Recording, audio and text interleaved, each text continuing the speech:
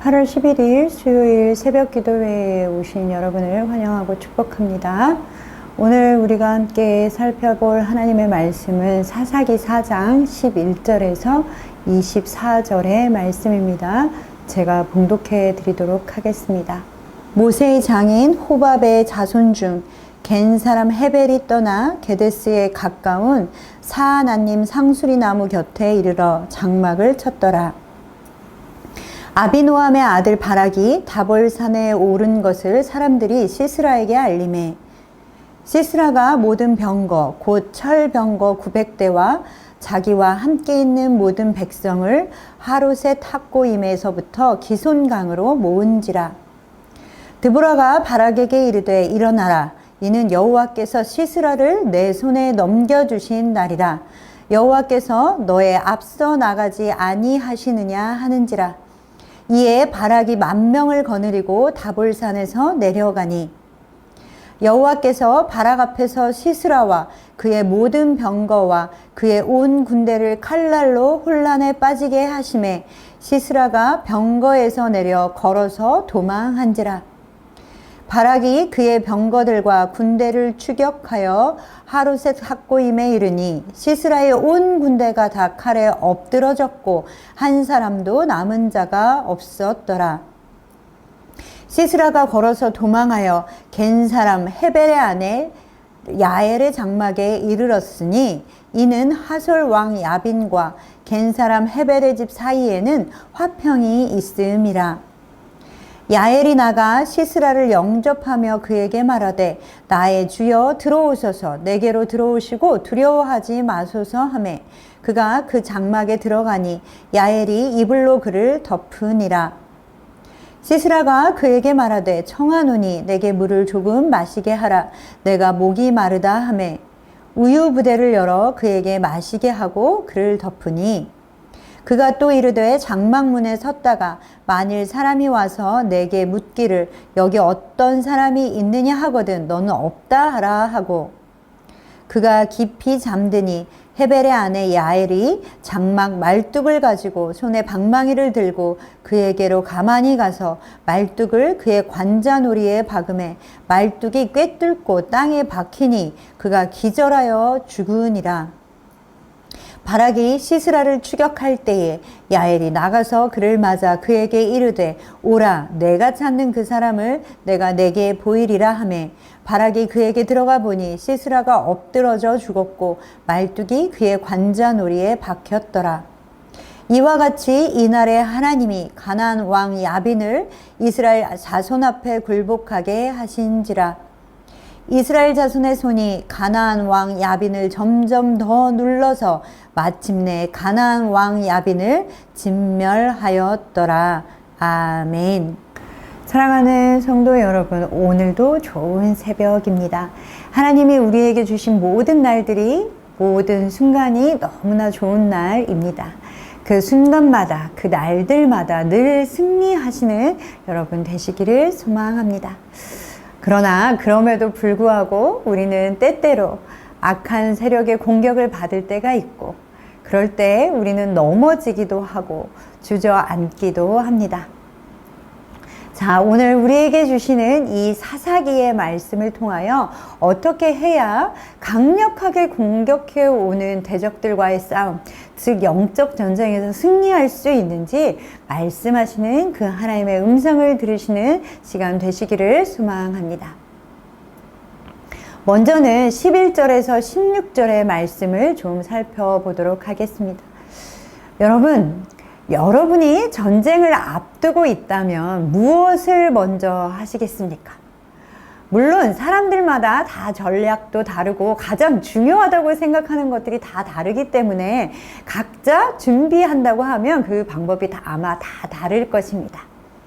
그러나 무엇보다 전쟁을 앞두고 전쟁에 나가야 한다라고 한다면 그 군대를 이끄는 대장이 아니라고 할지라도 일개 사병이라 할지라도 자신이 가진 무기를 점검할 것입니다. 즉 우리는 전쟁을 앞두고는 내가 가진 무기이든 우리의 적이 가진 무기이든 무기가 무엇이며 그 무기로 어떻게 싸우려고 할지를 생각하게 됩니다. 자, 오늘 아비노함의 아들 바락도 12절에 보면 다볼산으로 전쟁을 위해 출정했습니다.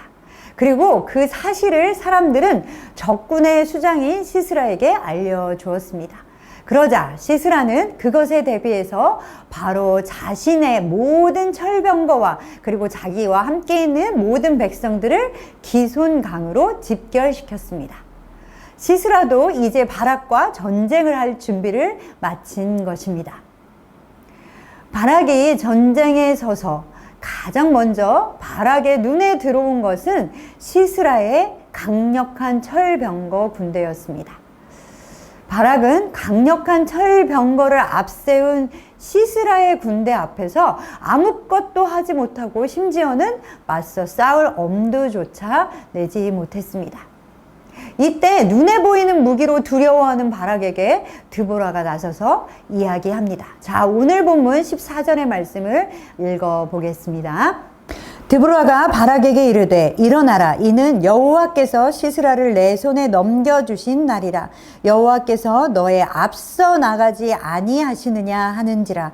이에 바락이 10,000명을 거느리고 다볼산에서 내려가니. 아멘.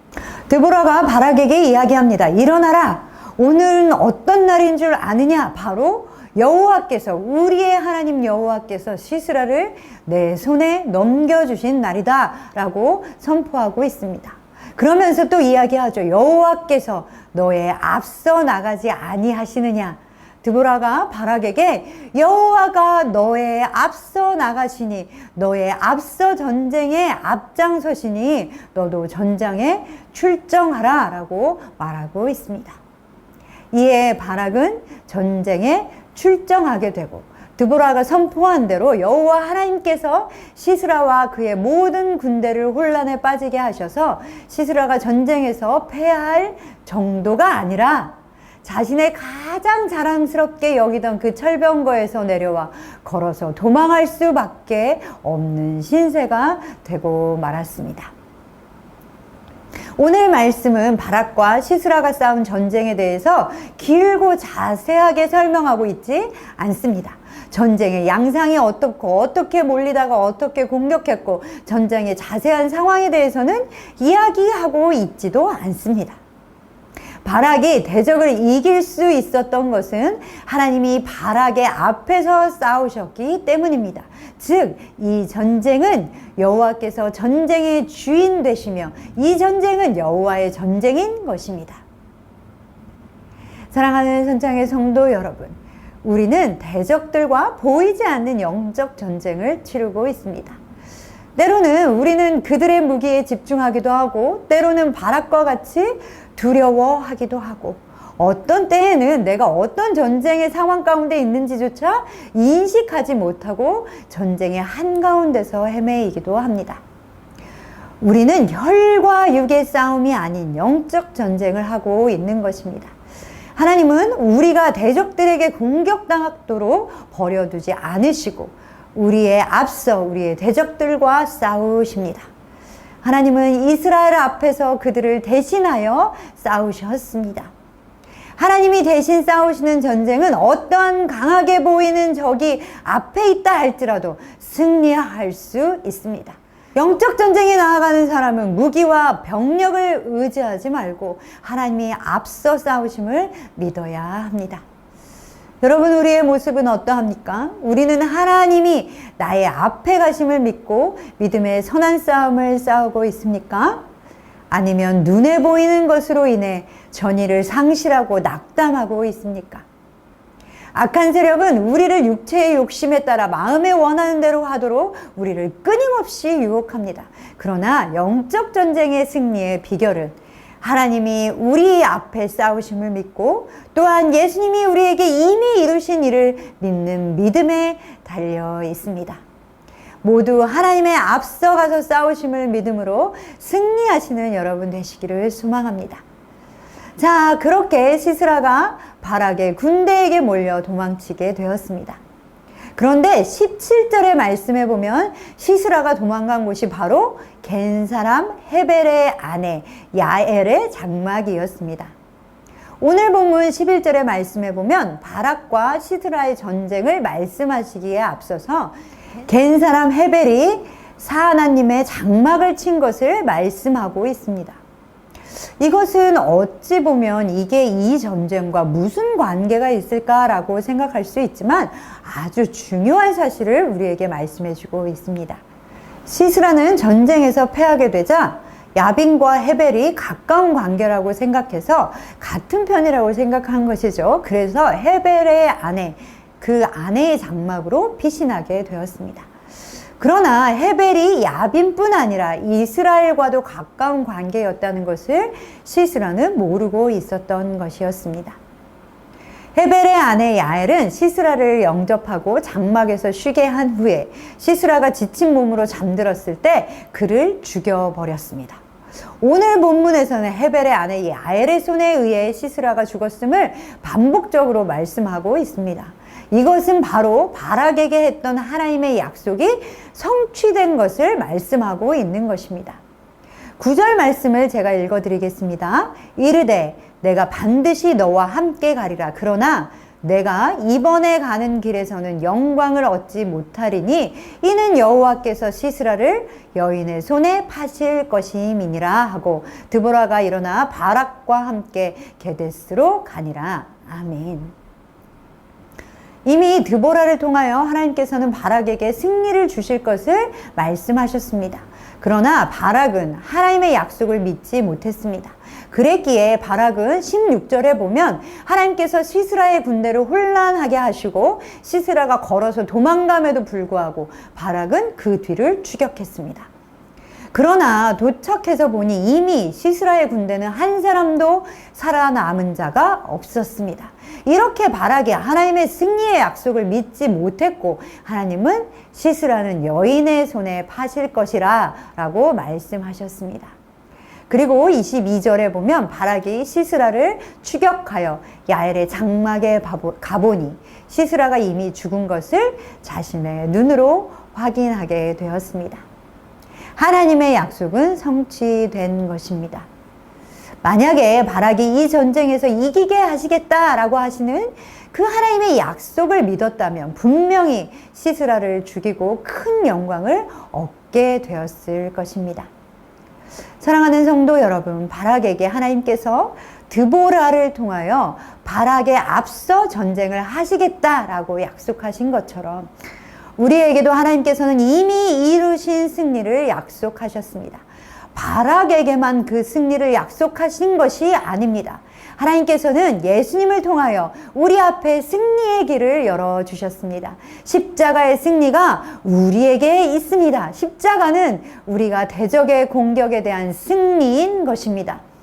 우리에게 약속하신 그 승리의 약속을 붙드시는 여러분 되시기를 소망합니다. 그 약속을 믿어 어떤 공격을 당해도 십자가의 승리로 인한 평안과 기쁨을 빼앗기지 않고 마음껏 누리시는 여러분 되시기를 소망합니다.